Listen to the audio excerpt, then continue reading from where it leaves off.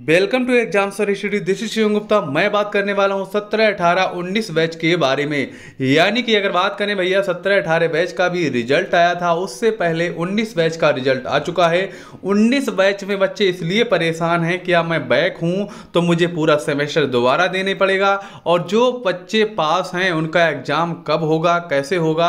अगर बात कर लेते हैं हम सबसे पहले 17, 18 बैच की, उनका भी आया रिजल्ट, जिसमें आप सभी ने देखा होगा कि बच्चे जो हैं ज़्यादातर क्या कर दिए, फेल कर दिए उन्होंने, और बहुत ही कम बच्चे जो हैं पास कर दिए। अगर बात करें इसमें 13, 15 बैच भी शामिल है, लेकिन ज़्यादा बच्चे जो हैं 18 बैच में हैं। उसके बाद इसमें बच्चे जो थे 17 बैच के प्रशिक्षु शामिल थे। चलिए आगे देख लेते हैं, इसके बारे में हम लोग बात कर लेते हैं। इसका जो रिजल्ट आया तो उसकी अगर बात करते हैं तो भैया आखिर इतने ज़्यादा बच्चे कैसे फेल कर दिए गए। बात करते हैं अगर फेल छात्रों की। फेल छात्र हैं जो 43,299 जो छात्र इन्होंने फेल कर दिए, और 11,913 छात्र जो हैं पास हुए हैं। ये आंकड़ा बहुत बड़ा है, छोटा आंकड़ा नहीं है। यानी कि 43,000 बहुत बड़ा आंकड़ा है जो बच्चे फेल कर दिए गए हैं। लेकिन काफ़ी बच्चों का मैसेज आ रहा है कि सर हमारी कॉपी जो है पूरी सही थी, फिर भी उसमें फेल किया गया है। तो ये सरासर क्या भैया है, पीएनपी की दादागिरी बोल सकते हो, या जल्दबाजी बोल सकते हो, या शिक्षक कैसे आप चेक करने से लगाए। ये गलती सारी की सारी भैया पीएनपी की जाती है, क्योंकि बच्चे जो हैं पेपर अपना अच्छे से करके आए हैं, लेकिन उनका रिजल्ट जो है महारद्दी आया है। तो बच्चे क्या कर सकते हैं, बहुत सारे बच्चे यही सोचेंगे भैया क्या स्क्रूटनी भरना है, उसके बाद हमें बैक पेपर देना है, स्क्रूटनी में सही हो गया तो ठीक है। लेकिन उसके अलावा आप क्या कर सकते हैं उसके बारे में भी हम जानेंगे।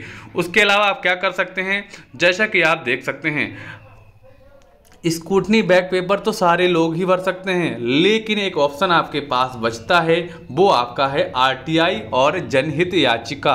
आरटीआई जो है आपने पर्सनल लेवल पे कर सकते हैं, अपनी कॉपी भी दिखा सकते हैं, लेकिन जनहित याचिका है एक सामूहिक तरीके से होगी। यानी कि सारे बच्चों को लेकर ही आप जनहित याचिका कर सकते हैं। कुछ मामलों में जनहित याचिका नहीं की जा सकती, लेकिन उसमें शैक्षिक प्रवेश दिया है। यानी कि अगर आप कोई शैक्षिक एडमिशन ले रहे हैं उसमें तो नहीं कर सकते, लेकिन आप अपनी कॉपियों के लिए जनहित याचिका कर सकते हैं। वो भी आप सार्वजनिक तौर पर करेंगे, यानी कि 43,299 सारे छात्रों के लिए आप जनहित याचिका कर सकते हैं। और इसका खर्चा भी ज़्यादा नहीं आएगा, और आरटीआई का भी खर्चा इससे थोड़ा कम ही आएगा, है ना। तो आरटीआई भी कर सकते हैं। आरटीआई के द्वारा आप अपनी कॉपी दिखवा सकते हैं, आप अपनी कॉपी मंगवा सकते हैं कि आपने क्या लिखा है क्या नहीं लिखा है। लेकिन आरटीआई इससे पहले जो बैच वाले बच्चों ने लगाई थी, आरटीआई में आप कॉपी तो देख सकते हैं, लेकिन उन्होंने नंबर नहीं बढ़ाए थे। तो इस बार क्या नियम होगा इसके बारे में बाद में ही पता चलेगा। अगर आरटीआई के द्वारा अपनी कॉपी देखकर सारे छात्र पीएनपी पे दबाव बनाकर अपने नंबर बढ़वा सकते हैं, ऐसा हो सकता है। इसके लिए आप लोगों को क्या करना भैया, एकजुट होना है। जब तक आप एकजुट नहीं होंगे तब तक आपका कुछ नहीं हो सकता। लेकिन एकजुट होने के लिए यूपी सरकार ने भैया कोरोना के लिए क्या कर दिया भैया, 5 से ज़्यादा लोग इकट्ठे नहीं होंगे। लेकिन जहां चुनाव चल रहा है वहां पर ऐसा कोई नियम फॉलो नहीं हो रहा है। चलिए देख लेते हैं कब होंगे बैक पेपर स्क्रूटनी। इसके अलावा अगर आपके बैक पेपर स्क्रूटनी कब होंगे, स्क्रूटनी जो आपका फॉर्म है भैया आ गया होगा कॉलेज में आपके, वो तो भरना शुरू हो जाएगा। उसका टाइम बहुत ज़्यादा भी लग सकता है, क्योंकि अगर कोरोना का लॉकडाउन लग गया तो कापियाँ चेक नहीं हो पाएंगी। कापियाँ चेक करने का दोबारा देखी जाती है, वो कापियाँ नहीं देखेंगे तो रिजल्ट भी आपका लेट हो जाएगा। उसके बाद आपका होता है क्या, बैक पेपर। तो इसका समय बहुत लगने वाला है। जैसा कि आपको पता है बहुत सारे बच्चे 25 जुलाई का टेट का इंतजार कर रहे थे।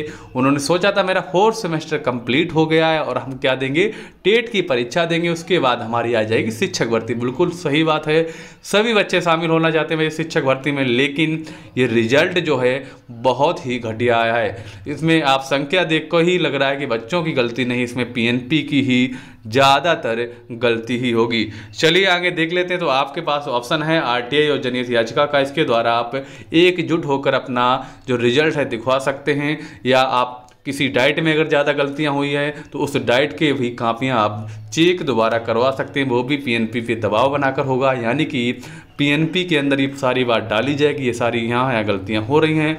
अगर बात करते हैं पीएनपी की, तो पीएनपी को पता तो होता है, लेकिन जब तक दबाव नहीं बनाया जाएगा तब तक कुछ नहीं हो सकता है।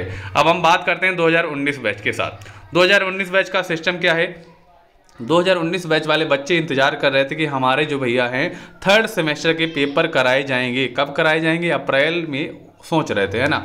अप्रैल में पेपर आपके कराए जाएंगे।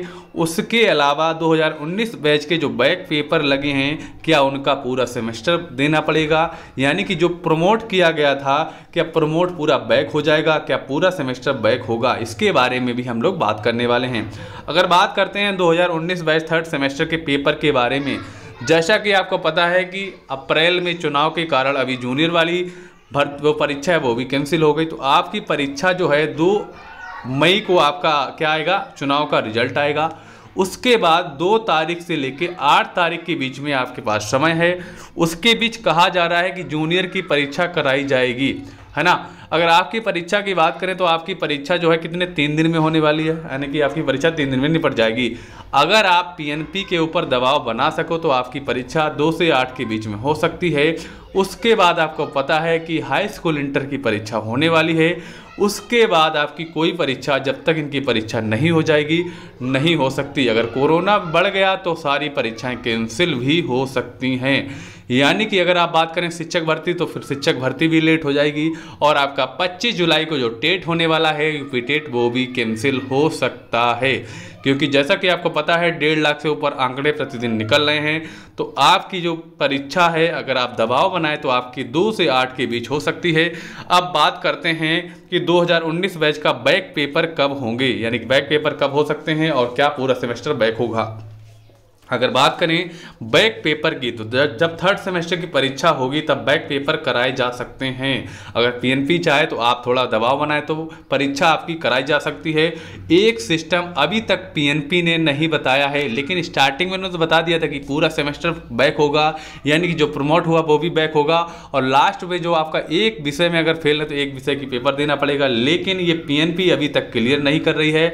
हमारे हिसाब से आपको एक ही विषय में पेपर देना चाहिए और ऐसा ही नियम जहां तक निकाला जाएगा, यानी कि अगर आपका एक सब्जेक्ट में फेल है तो 1 देना पड़ेगा, 2 में है तो 2 का देना पड़ेगा, अगर 3 का है तो आपका पूरा सेमेस्टर बैक माना जाता है, तो इसलिए आपका पूरा सेमेस्टर बैक देना पड़ेगा।